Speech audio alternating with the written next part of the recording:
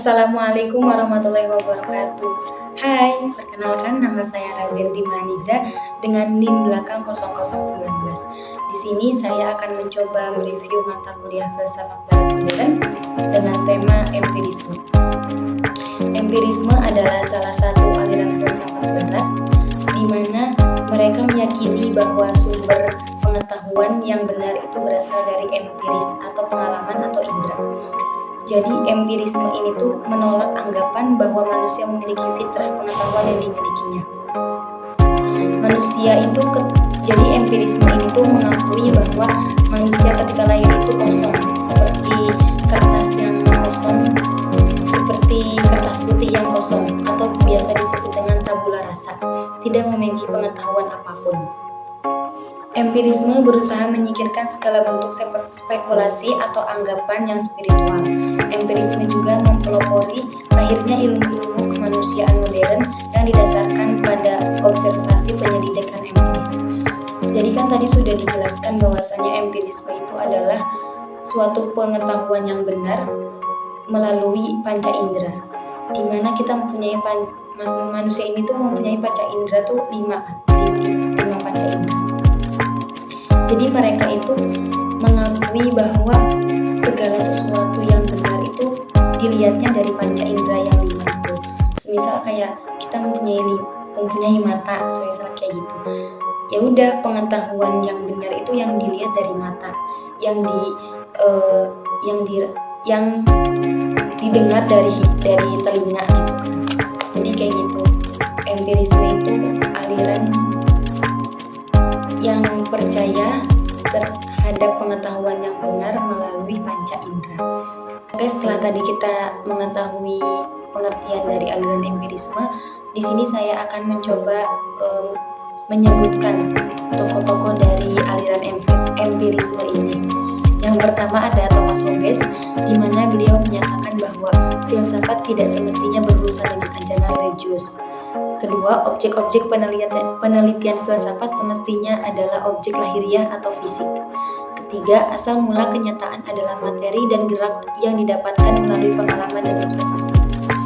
Yang keempat, sedangkan terkait pengalaman batin, kita bisa melakukan refleksi atau introspeksi diri. Kelima, pola pikir seseorang tergantung pengalaman yang dialaminya. Keenam, perasaan adalah masukan dari panca indera yang menghasilkan reaksi. Ketujuh, jika reaksi mendekati objek, maka disebut nafsu, seperti suka atau tertarik dan seterusnya. Lanjut, jika reaksinya menjauh objek, maka disebut pengelakan, semisal benci atau takut dan seterusnya. Seterusnya, kedua reaksi tersebut saling bersaing. Reaksi yang menang disebut kehendak. Pada dasarnya manusia ingin memuaskan keinginannya sendiri atau egois, maka manusia disebut serigala bagi sesamanya. Itu menurut Thomas Hobbes. Yang kedua ada John Locke. John Locke di sini mengatakan bahwa pikiran manusia adalah seperti kertas yang kosong, tabula rasa.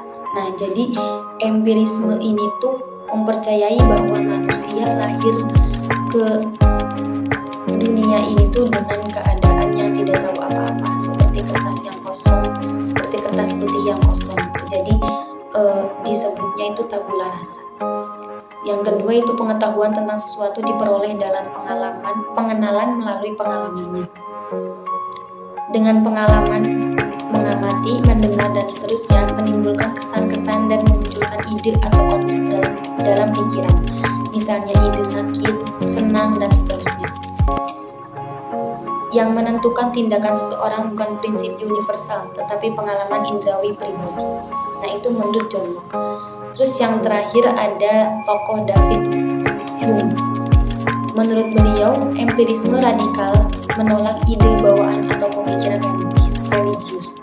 Kesadaran akan aku adalah hasil dari kesan persepsi luar seperti panas dan dingin. Kritik terhadap keabadian atau akhirat yang diyakini sebagai ilusi belaka. Tidak perlu menggunakan dalil agama untuk mengatur manusia di dunia.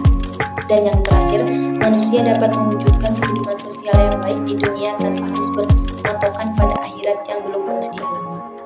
Oke, setelah tadi kita mengetahui tentang pengertian aliran empirisme dan tokoh-tokoh empirisme, yang dibawahi bahwasannya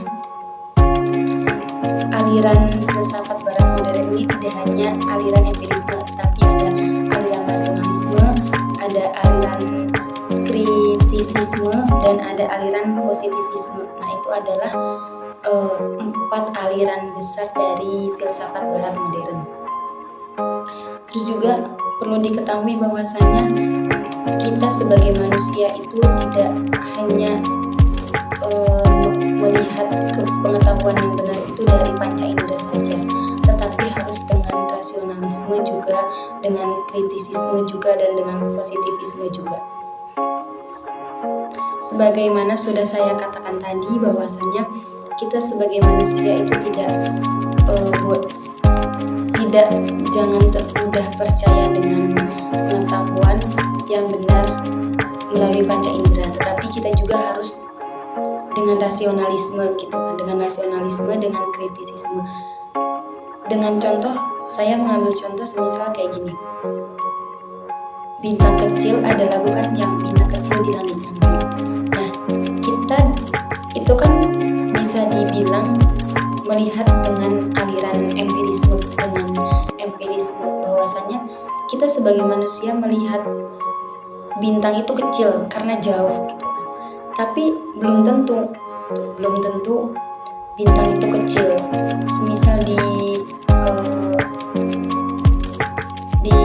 pengetahuan lain, semisal kayak fisika, terus ilmu-ilmu yang mempelajari tentang bintang-bintang kayak gitu, semisal kayak kita melihatnya lebih dekat lagi kan, itu bintang itu tidak kecil gitu, dan langit pun tidak biru gitu kan.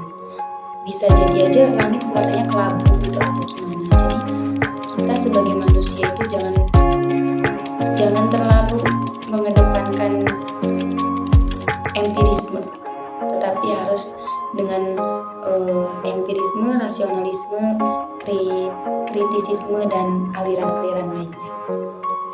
Oke, mungkin dari saya cukup sekian, dan jangan lupa ketika berfilsafat jangan hanya mengedepankan empirisme, tapi rasionalisme dan aliran-aliran filsafat yang lain. Oke, cukup sekian dari saya. Kurang lebihnya mohon maaf.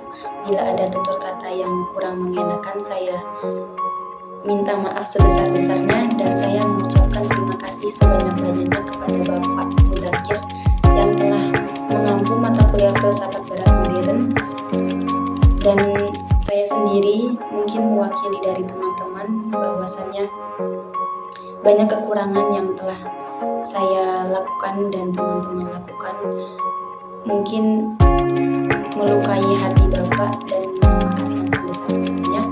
Sekian dari saya, kurang lebihnya mohon maaf. Wassalamualaikum warahmatullahi wabarakatuh.